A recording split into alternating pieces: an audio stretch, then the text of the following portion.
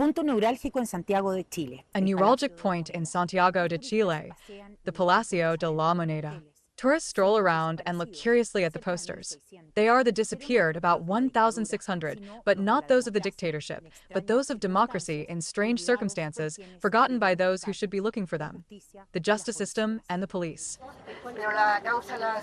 The case was closed by the prosecutor in 2023, and there were many things to investigate. But no, the file was closed, and we were left with our arms crossed. La Ley 21.500, promulgada hace más de 2 años, Law 21,500, enacted more than 2 years ago, is still not in force. The first 24 hours are key in the search for a missing person, but justice, especially for the poorest, does not seem to exist even with confessed criminals. He confessed how he had murdered my brother and said that we were never going to find him again. And then he brags because the judges let him go free. That's our Chile. We thought that this was going to change. However, today we see that there are hundreds of cases. Many of their cases are present here, when the law was already operative. However, the institutions that in theory should be in charge of the investigations do not apply the law.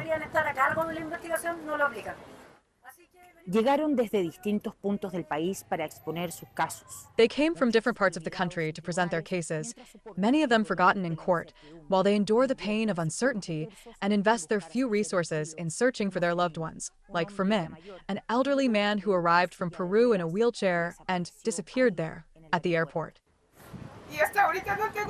Until today, I have no answer. I'm going to continue as far as God wants me to go. Hopefully this will help other people. Marcharon hasta la Fiscalía Nacional. People marched to the National Prosecutor's Office and the Presidential Palace to leave a new letter demanding compliance with the law on missing persons. We want justice for all the disappeared. In the South, many things are happening. Many people are disappearing, and there are no answers for the relatives.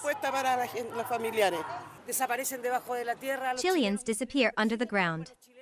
But we do manage to find vehicles, we do manage to find cars that get lost, but we don't manage to find people. That's why we go to the prosecutor's office, to ask them to find them. Thank you very much for being here. The letters give hope to the families, who are increasingly organized to demand that the state comply with the law. Yes, gentlemen, I am even willing to file a lawsuit against the state for non-compliance with the law, for Julia, and for all of us. Let's go ahead and not give up. There is also the family of Julia Chunil, the Mapuche leader who disappeared 4 months ago after being threatened by landowners who covet the forests she protected. We support this whole movement because we do not want my mother to be one more disappeared person in Chile.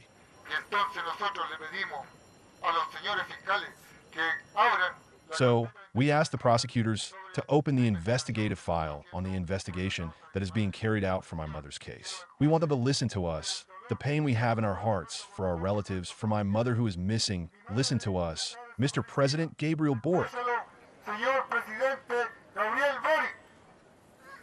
¿Escuchará? Will he listen? We'll have to see. Carolina Sandoval y Paola Dragnik, teleSUR, Chile.